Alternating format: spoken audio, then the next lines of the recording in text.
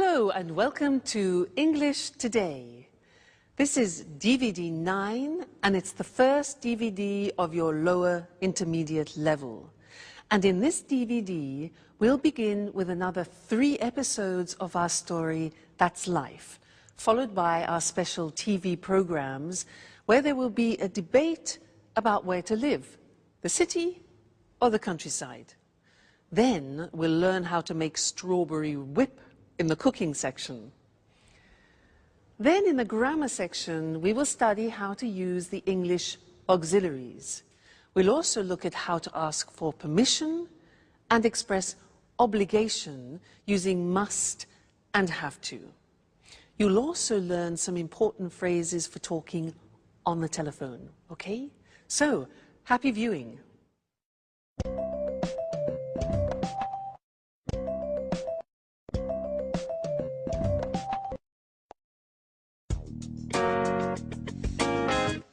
What horrible weather. I hate it when it rains. So what are we going to do today? It's a perfect day for tidying up. I enjoy putting the house in order when the weather is bad. By the way, look at the mess. We don't often get a chance to clean up together. You're joking, right? I hate cleaning the house. Don't you have any better ideas, Anne? Just a little bit of tidying up. Anyway, it was just an idea. And not a bad idea at that, in my opinion. Sorry, that idea is bad. What else do you suggest? Personally, I enjoy doing something more exciting than vacuuming and doing the dusting. Why don't we play a game? What kind of game? How about playing cards? No, I hate playing cards. It's so boring. Let's see what's on TV. Cartoons, soap operas, political talk shows. There's nothing interesting on. Shall we go for a walk? I like walking in the rain. Why don't we take a walk to the new bakery in Piccadilly? What do you say? Are you crazy? It's raining out. Well, you know what the traffic's like when it rains. I certainly don't want to get stuck in a traffic jam on a Sunday. That happens every day when I drive to work and when I drive back home. Okay. Okay. So, what shall we do? If you want, I can read your fortunes using the tarot cards. Aren't you interested in what the future holds? That's your favorite hobby. No thanks, Alice. Let's not think about the future. I prefer the future to remain a mystery. Well, I prefer to be prepared if something is going to happen. I don't like surprises. So, sit here. I'll tell you who you are and what your future holds. You know what I like to do on days like this? Nothing. Totally relaxing, doing nothing. I agree with you, Jack. Total relaxation. Now that's a great idea. And maybe eating something nice and tasty. Huh, Anne? Why don't you prepare us one of your lovely lunches? No way, guys. You don't want to go out. You hate cleaning the house. You don't like playing games. So, in other words, you want to do nothing while I have to cook. And do you know what I say? I also enjoy doing nothing. That's what I'm going to do. Watch out, couch. Here I come.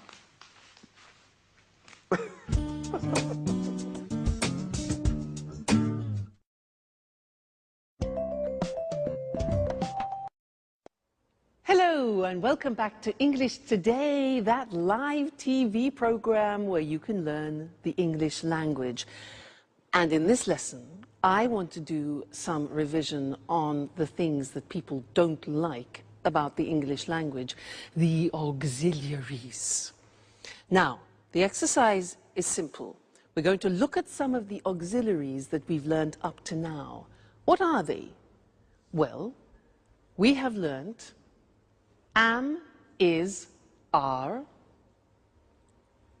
do, does, and did. When do we use them? We use them in questions. Aha. This is the exercise. I have here some sentences in the positive form, and I want you to make questions using these auxiliaries. Okay? So, I'll give you an example. I say, he likes wine. You start the question with what? What? He likes wine. Now, this is the simple present tense. So, which of those auxiliaries do we need? Am, is, are, do, does, or did? Simple present tense. Exactly, we need do or does. Now, I said he likes wine. Third person. So which one? Does. Exactly, good. So the question is, what does he like? Get the idea? Great, let's continue. Number 2. I play tennis. I play tennis. What sport? All right, do I play? Very good. I play, simple present tense. We need do or does, the subject I. So what sport do I play? Great. Next one. They're coming at 7 o'clock. They're coming at 7 o'clock. What time? Yeah, now they are coming, present continuous, auxiliary. That's it. Fantastic. What time are they coming? All right? Present continuous, auxiliary, to be. Next one. She went to the cinema yesterday. She went to the cinema. Where? All right. Simple past tense. What do we need? We need did. So where did she go? Excellent. Very good. You see? Getting better. Next one. We had an ice cream after dinner. We had an ice cream after dinner. What had we? Simple past. Did. That's it. What did we have? Remember, the verb have always takes an auxiliary. So what did we have? Great.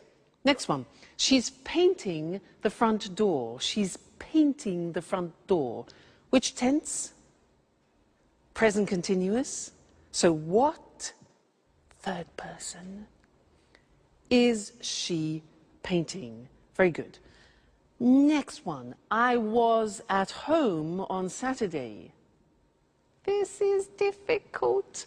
I was at home. Remember that the verb to be is an exception. I was is the past tense of the verb to be, and it doesn't take an auxiliary. So we don't need an auxiliary. The question is, where were you? That's difficult. Where were you? The verb to be, no auxiliary. Okay? They work in Paris. What's the tense? Simple present. Good. Where do they work? Excellent. And the last one, I'm living in Florence. I'm living in Florence. Where are you living? Fantastic. You're getting better all the time. You see, it's just a question of practice. So now let's look at the screen and see those written just to remind you once more, okay? So He likes wine. What does he like? I play tennis. What sport do you play? They're coming at 7. What time are they coming? Present continuous.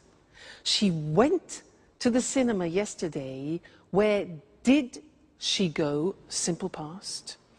We had an ice cream after dinner. What did we have? Simple past after dinner. Remember, have, you need the auxiliaries. She's painting the front door. Present continuous. What is she painting? Okay, so that's it. Keep practicing with your auxiliaries. They will be easier and easier. Now let's go back to our friends, where Alice is reading Sharon's tarot cards. Let's see what comes up. See you later. Bye.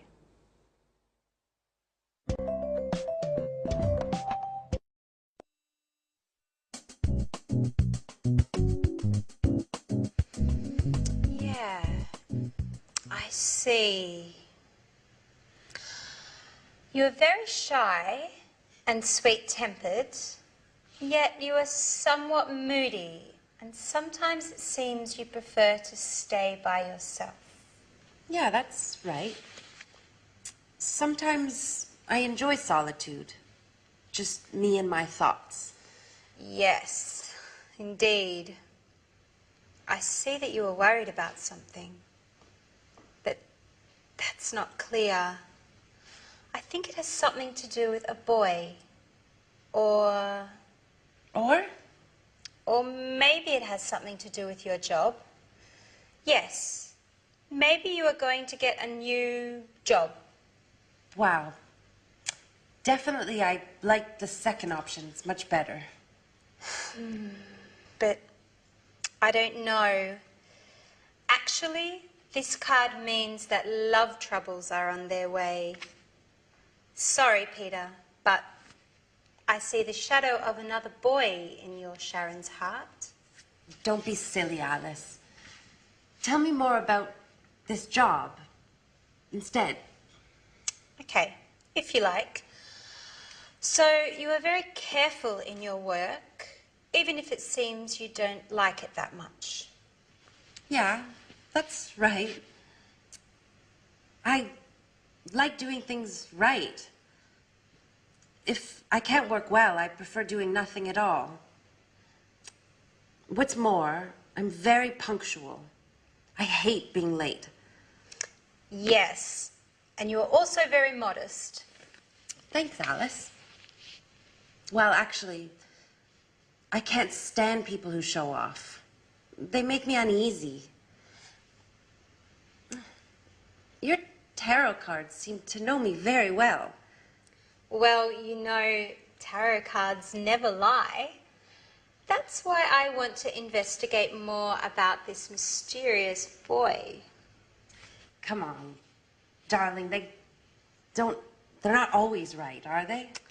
Yes, they are. I swear it. They always tell the truth.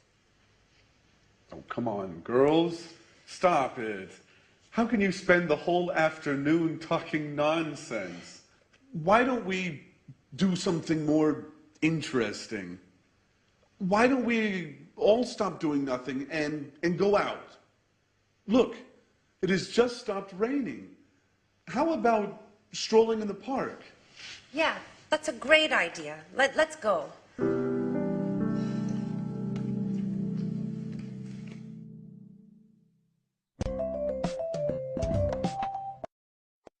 Hello again and welcome back. I want to continue doing some work on auxiliaries. Do you believe in tarot cards? I don't. Now, that's sort of an example of what I'd like to teach you now. Short answers in English. Usually in other languages, when you ask a question like, do you believe in tarot cards? People say yes or no. In English, it's a little bit more complicated. I can say, for example, do you believe in tarot cards? Yes, I do. No, I don't. So we take the auxiliary and we repeat it in the positive or the negative. So that's really quite strange. Other languages don't do that. As it's complicated, I want to go to the screen now and we can look at it written. It'll be easier for you. Very common. You'll hear it all the time. So, look at the example. Does he like wine? Instead of just saying yes or no, we take the auxiliary of the question and we say, yes, he does, or no, he doesn't. You see that? We repeat the auxiliary. Very unusual. Do you play tennis? Do is the auxiliary. Yes, I do. No, I don't. The negative, all right? So we always take the auxiliary of the question. Next one. Are they coming at 7 o'clock? We've changed tense. It's the present continuous, the auxiliary to be. So yes, they are, or no, they aren't. Are they coming at 7 o'clock? Yes, they are. No, they aren't. Next. Did she go to the cinema yesterday? Did, simple past. Repeat. Yes, she did. No, she didn't. Okay? Next one. Did you have an ice cream after dinner? Yes, we did. No, we didn't. Is she painting the front door? Is. Yes, she is. No, she isn't. Were you at home on Saturday? Now listen to this. Yes, I was. You take the verb to be and you put it in the correct form. So were you? Yes, I was. No, I wasn't. Okay? Is she in the bathroom? Is. Yes, she is. No, she isn't. Do they work in Paris? Yes, they do. No, they don't. Are you living in Florence? Yes, I am. Verb to be, are you? Yes, I am. No, I'm not. So you see, it's really quite unusual, isn't it? And it's not easy. It's not a spontaneous thing. You have to practice. So, do you understand? Yes, I do. No, I don't. All right, so those are your short answers. Have some fun with them. Keep practicing them. And I'll see you in our next lesson. Okay, bye.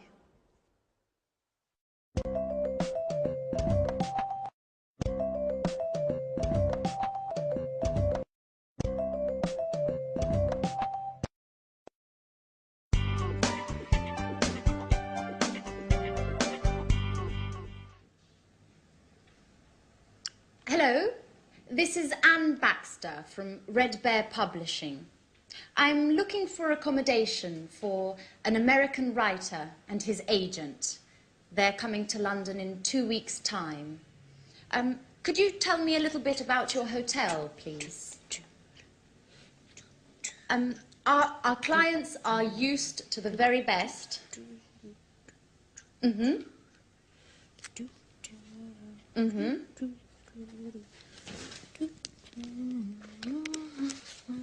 And do you also have a swimming pool? A sauna? Great. And as far as entertainment is concerned, do you have a lounge with live music?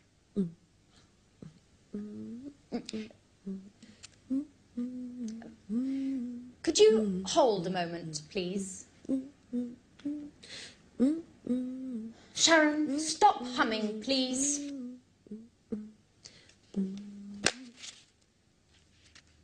I can't hear anything.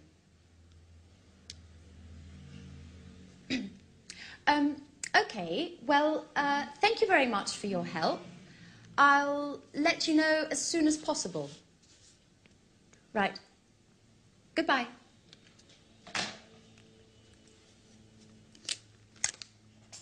What are you doing, Anne? My boss asked me to book rooms for 2 of our most demanding clients.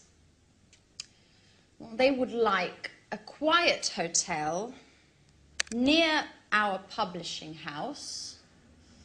Oh, and of course, with all the creature comforts. So I'm making a few telephone calls.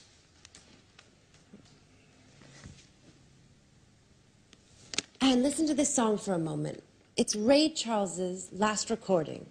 It's fantastic. I've got a lot to do, Sharon.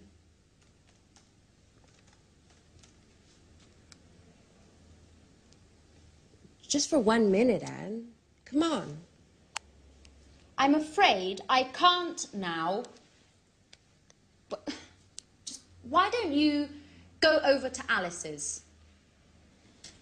She's having a shower. You know, when Alice gets in the bathroom, she takes at least 2 hours. Well, do whatever you want. Just, please, get out of this room. Anne, what's the matter today? Why are you treating me so badly? That's enough, Sharon. I know everything about it. Everything about what? That you've got a lover. A lover? Are you going crazy, Anne? Oh, don't try and pretend with me, Sharon. And I call you a friend. But it's the truth. Uh-huh. And who is my romantic lover, by the way? You know. I'm talking about Jack. Jack? What are you talking about? The photograph. The one where you and Jack are kissing. It's not what you think, Anne. Uh-huh. So you tell me. You know, a picture says more than 1,000 words. That photo is from 3 years ago. We were engaged. Or what? But you and Jack were engaged. I know. I know. I wanted to avoid stupid gossip. And also because of Peter. So now you're telling me that... Well, I can't believe it. I know. I didn't want to hurt your feelings. See, now you're angry with me. That's why. Well, you're right, Sharon. I am mad at you. And now I look like a fool. I'm sorry, Anne, really. No, my hair! What's going on? My God, It's Alice. no. Come on, let's go see what's happening. Alice, quickly! Help! My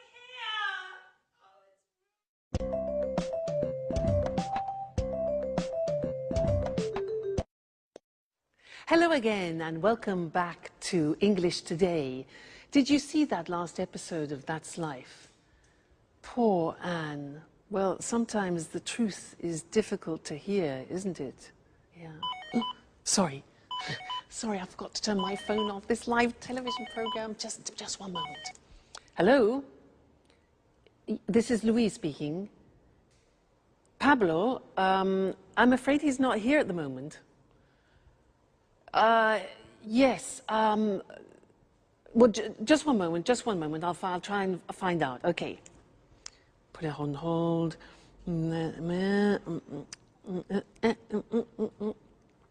Hello? Yes, hello. Could I speak to Pablo, please? What, could you put me through to him? No. Okay, yes, I understand. No, it's not important. Don't worry. All right, thank you very much. Thank you, yes. All right, bye. Hello? Yes, hello. I'm afraid he's not available at the moment. Yes. Would you like to leave a message? Sharon called. Okay, would you like him to call you back? Yeah. All right, okay. Yes, I'll tell him.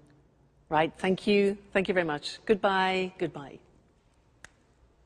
Sharon? Who's Sharon? Where were we? Yes, interesting. I wanted to talk to you about telephone language. Now, I used some phrases there which are quite useful to you, and I want to go to the screen so that we can see those written together and look at how the phrases work, okay? Now, look at these situations. When you don't understand someone on the telephone, what do you say? Can you repeat, please? No. No. If you ask somebody, can you repeat, please, it's like asking them to vomit. Why? Because there is a small word missing, a very important one. In English, you must say, can you repeat that, please? Very important. Many people make that mistake, and they ask everybody to vomit on the telephone. So remember, can you repeat that, please? Good. Next, when, for example, imagine that you are on the telephone and you want to write something down when the person is speaking. So you want them to... Okay, good. So you stop them. Just a minute. Just a minute. This is difficult. We say in English, I'll make a note of that. Okay? Just a minute. I'll make a note of that. I'll make a note of that. Snap decision.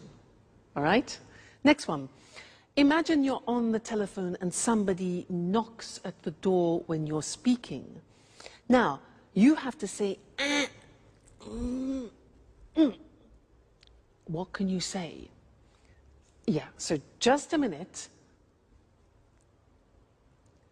We say, I'll be right back. Now that means that you're going somewhere and coming back then quickly. So just a minute, I'll be right back. I'll be right back. Okay? Useful, that phrase. Now, you return to the phone, okay, and the other person has been waiting for you. So you need to apologize for the inconvenience. So you can say, sorry. We say in English, sorry to keep you waiting. Sorry to keep you waiting. So you say, just a minute, I'll be right back. Music, and you say, sorry to keep you waiting. All right? Great. Next thing. You're speaking to somebody and suddenly the other person disappears. Because, disappears. Now, how do you say that? In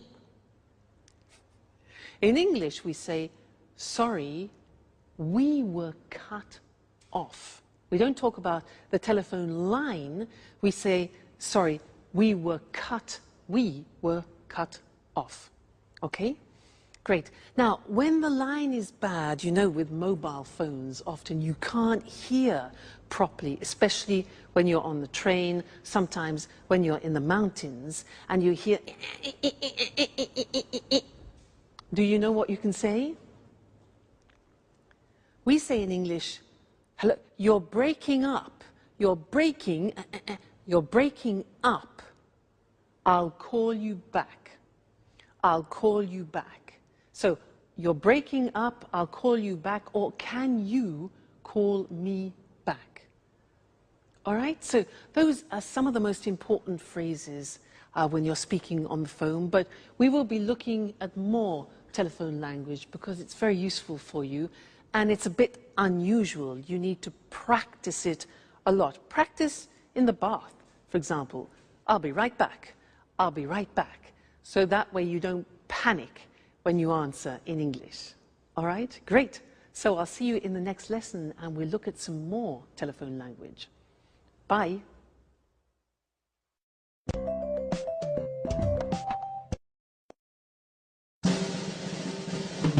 What's happening? Alice, why are you screaming? My hair! Look!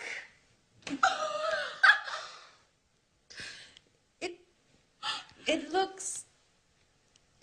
Your hair is green. I know.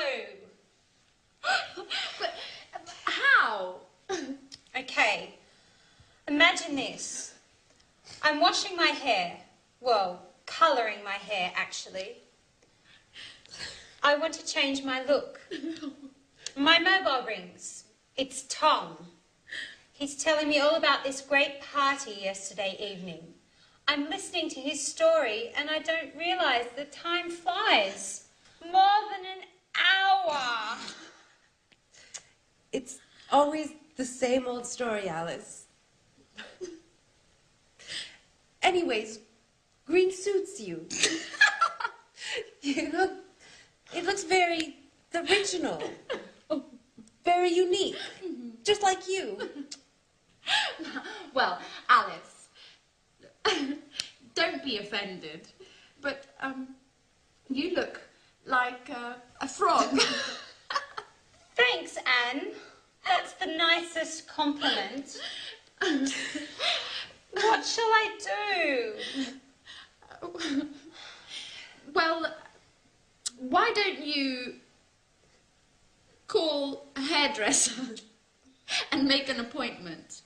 And in future, try to avoid changing your look.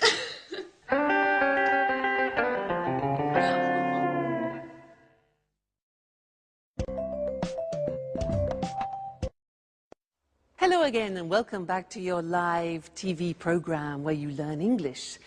And in this lesson, I want to go back to look at some more telephone English because it's really not that simple. We have special phrases that we use when we speak on the telephone in English.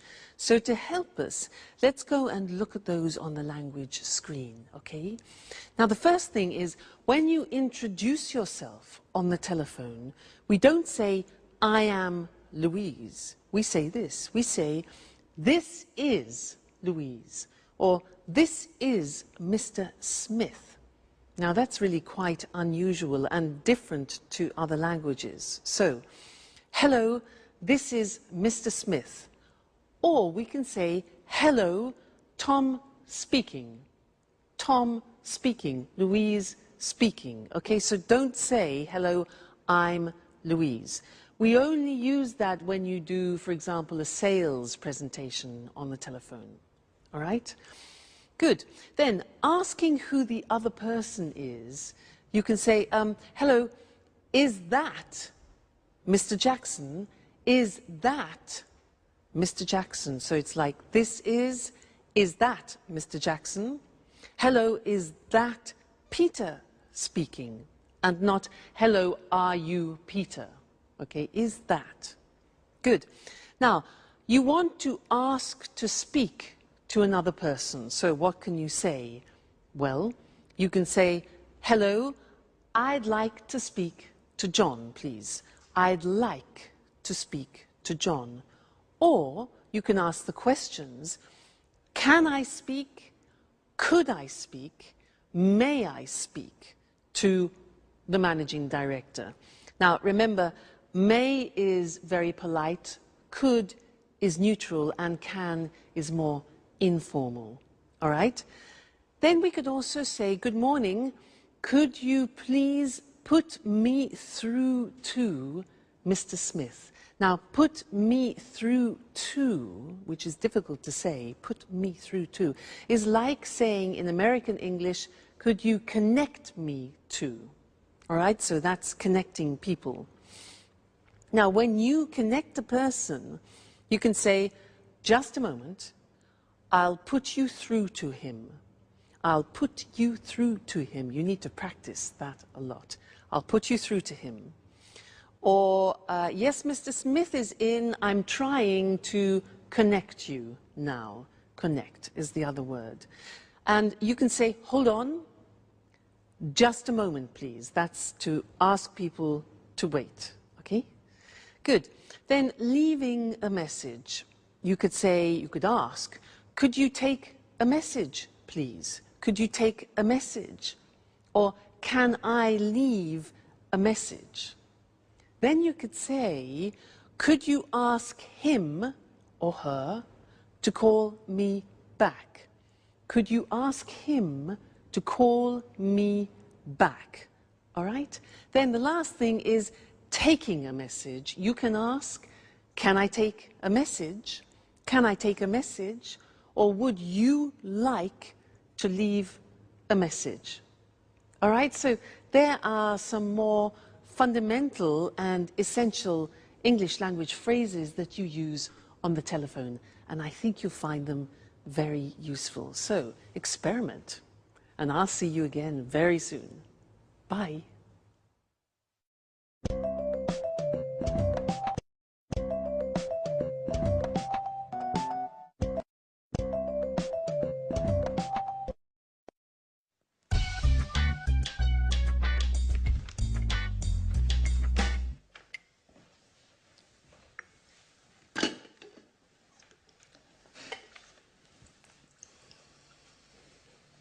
Good morning, everybody. Can I ask you a question? Yesterday evening, I got... Sorry, Jack, I can't listen now. I've got to get to work. I have a meeting at 9:30 with my editor, and I'm late. But I only need a minute. It's important.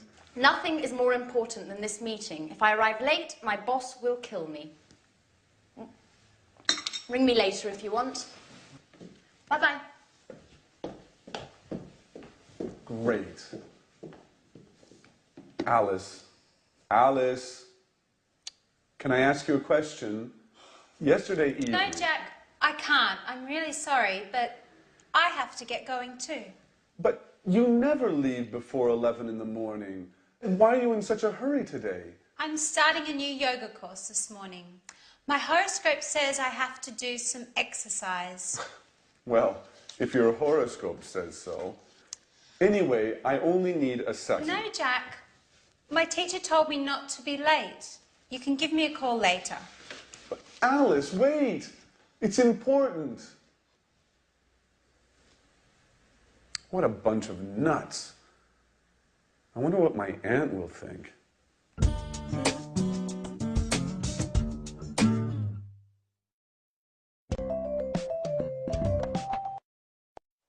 Hi again. Did you hear what Jack said? He said, what a bunch of nuts. Do you know that expression in English? Because nuts has a couple of meanings. Nuts are the things that you have in an aperitif, but it's also a way of calling somebody a crazy person. You say, you're a nut, means you're crazy. Okay, I just wanted to clarify that for you. He also said, can I ask you something? May I ask you something? He wanted the girls to listen to him, and they weren't paying any attention. And I want to talk to you about these words, which are may, could, and can, because they are the three forms that we use when we ask for permission. So what's the difference between them? Now, if I say, excuse me, may I open the window because it's hot in here, may is used in more formal situations. If I use could, it can be used in any situation. It's neutral. So, for example, could you lend me your pen? And can is used in more informal situations. Imagine you're at home, you're having dinner, you want the salt, so you can ask, can I have the salt? Less formal. So let's go to the screen and see those written, see the differences. We talked about it already, actually, when we looked at telephone conversations. So, formal situations, may I, and we can also say, may we. May I, may we. May I ask you a question? May I offer you something? And may I have this dance? So remember, may for formal situations, it's very polite, okay? Then could for neutral situations, which means you can use it in any situation, really. Could I use your phone, please? Could I change the appointment? And could we meet later? All right, so very useful verb. It's good in all situations. And then can you pass me the salt? Please, more informal with your friends, your family, people you know well. Can I have some wine, please? And can I borrow the car tonight? So, those are the examples, all right? May, could, and can. So, remember, depending on who you are talking to, make that choice. May, could, or can. Let's go back to that slide. The girls are exhausted, and Jack has a surprise for them. Let's see what it is. Bye.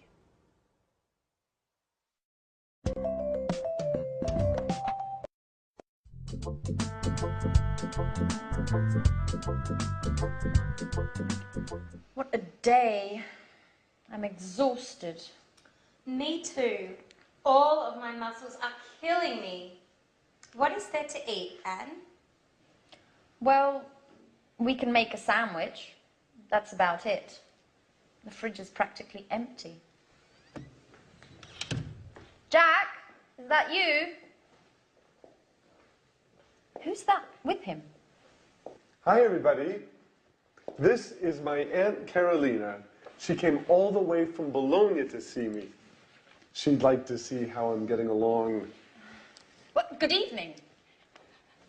Jack, why didn't you say anything? I should clean up. Look at the mess. Well, everybody was in such a hurry this morning.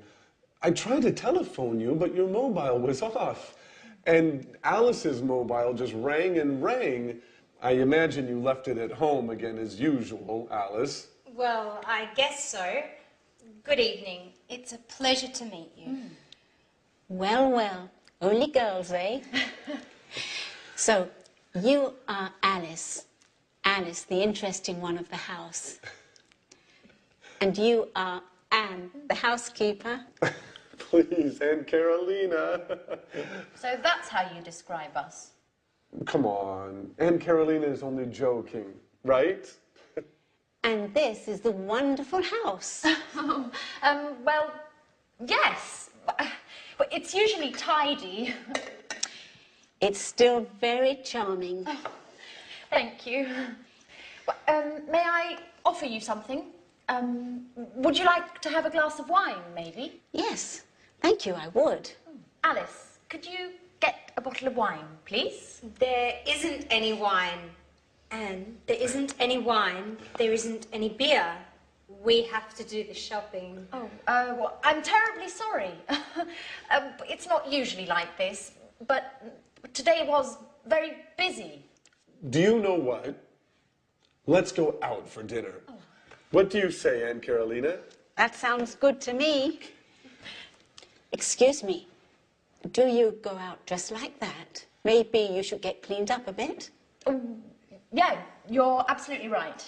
Let's get ready to go out on the town.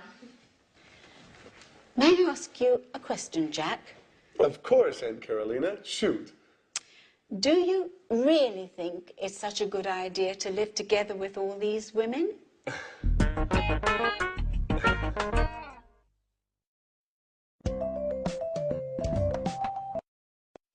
Well, hello, Mr. Monkey, and how are we feeling today? Let's check the thermometer. I know you're not well. Let's have a look. Good.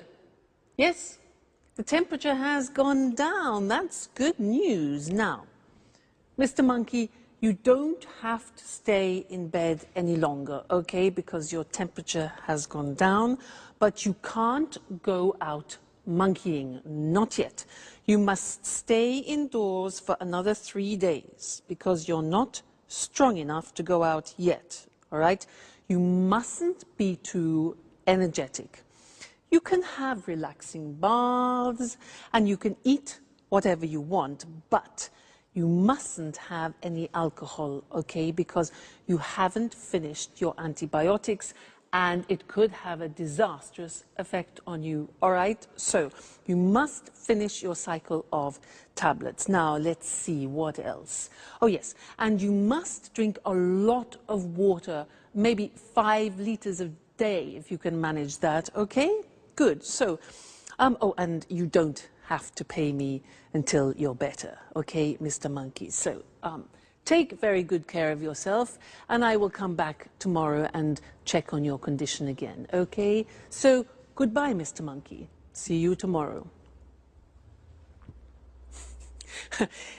I became a nurse to show you other ways of using modal verbs. Now, so far we have studied can, could, and may. And these are verbs which help to change the meaning of the verb which comes after. They're called modal verbs. And here we were using verbs of obligation. Very interesting. Let's look at the screen and see those. Now, let's first go back to permission. Remember, we talked about can is a form of expressing permission, and I was giving him permission to do things. For example, you can eat whatever you want, you can go for walks, and you can't, however, that's not giving permission, you can't go monkeying or you can't go to work, all right? Then I talked about obligation, and this is very interesting. I used the verb must. Must followed by an infinitive without to. So, for example, you must finish the tablets, you must relax, you must stay at home for 3 days, and you must look after yourself. Now, that in English is how you express obligation, something which is you are obliged, forced to do, all right? It's a strong verb in English. Now, the opposite, mustn't, means prohibition. If you do that, okay, so very strong verb. You mustn't drink alcohol. You mustn't do anything energetic.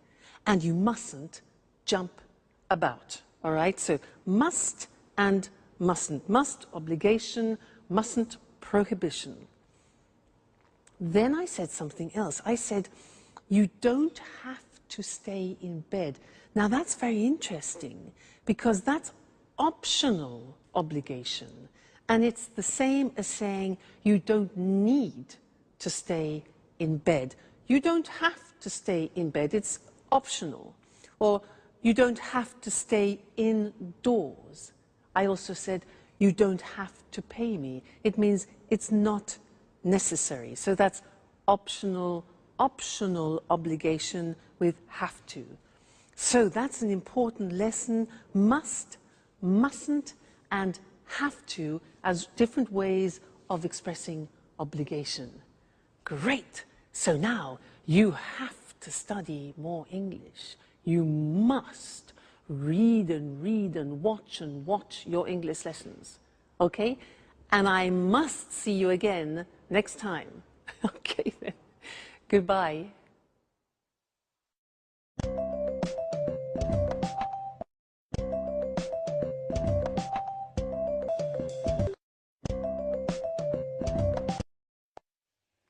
Good evening.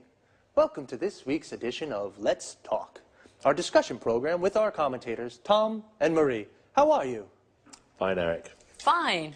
Good to see you again. Well, did you have a good weekend? Very good, thanks. I relaxed in the country. I have a house there. It's so peaceful. A healthy weekend. And you, Tom? Well, I had a great weekend too. I stayed in the city and it wasn't peaceful. I went out a lot and made some new friends. Sounds like a good weekend to me. So, the same old story. A relaxing, peaceful life in the country compared with an exciting life in the city. Where's the best place to be? In the city or in the country? Let's discuss this more. Sure. I'll convince you that gardening's more interesting than the pollution and chaos of the city. Well, I'm not so sure about that. Last weekend, I went to the cinema, a rock concert, and 2 parties. Gardening isn't for me. Really? Your weekend certainly wasn't relaxing. Don't you feel tired? Well, maybe a little, yes, but I love city life. The city offers so many things. It's fantastic. I don't agree with you. Life in the city is too stressful. You rush around all day long. And then there's the traffic and finding a parking space. Walking in the woods is far better than being stuck in traffic jams. I'm really thinking of moving to the country. Well, I don't think I could ever live in the country. I'd die of boredom. It would be a problem for my work, too. You're wrong, Tom.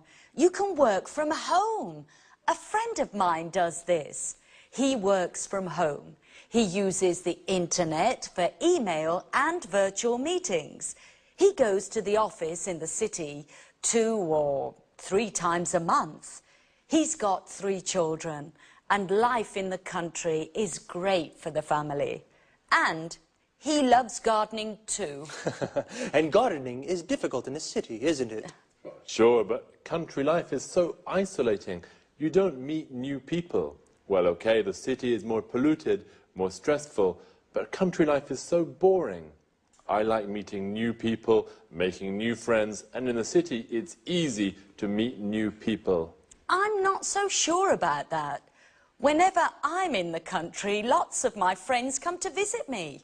They all complain about the stress of city life, and they really enjoy the peace and quiet of the country. I'm sure that sooner or later, you'll arrive too. Let's bet on it. But if I do come, I'll bring a few friends and maybe we'll have a party. Okay, I'll be waiting for you. Of course, you're invited too, Eric. Oh, thanks, Marie. Okay, this is a good compromise.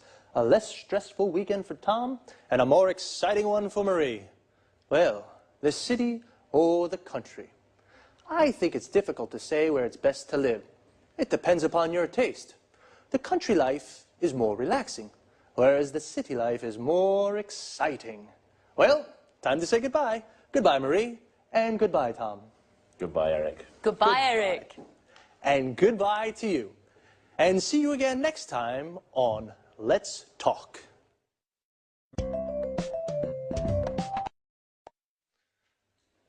Did you notice how we call life in the city, city life, and life in the country, country life?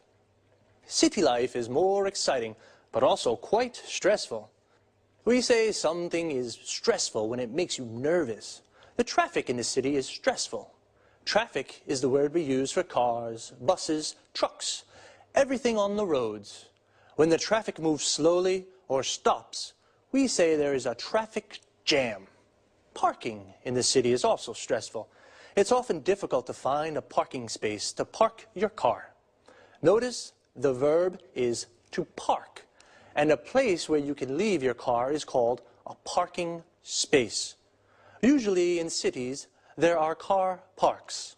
A car park is a big area with lots of parking spaces for many cars.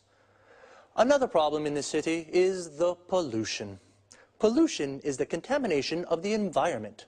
For example, the traffic makes the air dirty. In the country, the air is clean and it's easy to park. But Tom says it's boring to live in the country because there's nothing to do. Boring means that it's not interesting. Marie says it's relaxing to live in the country. Relaxing means it makes you feel relaxed. Notice that often the adjectives we use to describe things, places, or people end with ing. The city is exciting. The country is relaxing, but boring. Adjectives that describe how a person feels often end with ed, ed. Tom is bored. In the country. Marie is relaxed. In the country. And stressed. In the city. Marie said that the city, you rush around all day. Rush around means to go everywhere and do everything very quickly. But in the country, you can go for walks in the woods and do the gardening. A wood is an area with lots of trees. The gardening is the work you do in your garden, like watering the plants or cutting the grass. Well, see you.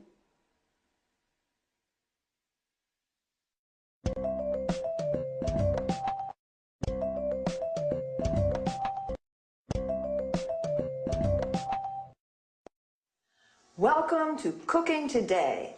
Today I'd like to introduce you to a very special guest, Lisa French. She's the popular author of the bestseller, A PhD in Homemaking. Lisa, thank you so much for inviting us into your home. It's my pleasure. If you're wondering what to make for lunch, if you have to prepare a last-minute dinner, then Lisa's the person to ask for help. Listen, Lisa, I'm having a dinner on Saturday. Could you give me a tip on a quick and tasty dessert? Of course. You can prepare an easy-to-make dish with fresh strawberries. The strawberry season only lasts a few weeks, so it's worthwhile making the best of in-season berries. And it can be made in a jiffy. Oh, strawberries. I absolutely go mad about strawberries. So let's get started. Just the idea of strawberries makes my mouth water. First, wash, drain, and hull strawberries for 4 servings. Then, mash them to a pulp. All of them? No, you have to put aside some good ones for decoration. Okay, then what? Next, whip about half a pint of cream. Then whisk 2 egg whites stiffly and fold into the cream.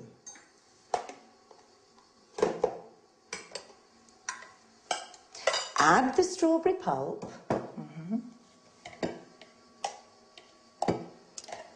and stir in 2 tablespoons of caster sugar. Does it need cooking? No. All you need to do is pour the mixture into individual goblets. Is that all?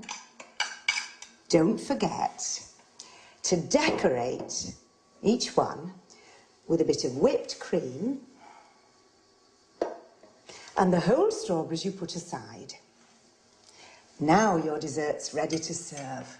Oh, it looks delicious. Let me have a taste right now. Yummy. This is sensational. If any of you have a request regarding homemaking, then please contact us at our studio, 800-332211, or send an email to cookingtoday@homemakingtv.com. Thank you, Lisa. We have so much to learn from you. Thank you for coming.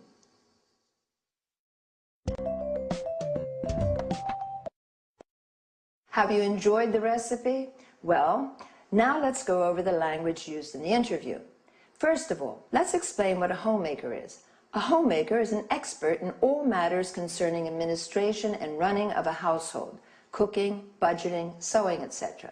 Lisa used some typical culinary terms. Drain means eliminating excess water from food after washing or boiling. You drain pasta, vegetables, and so on. Hull means removing the inedible parts from the food, like peas, beans, or strawberries.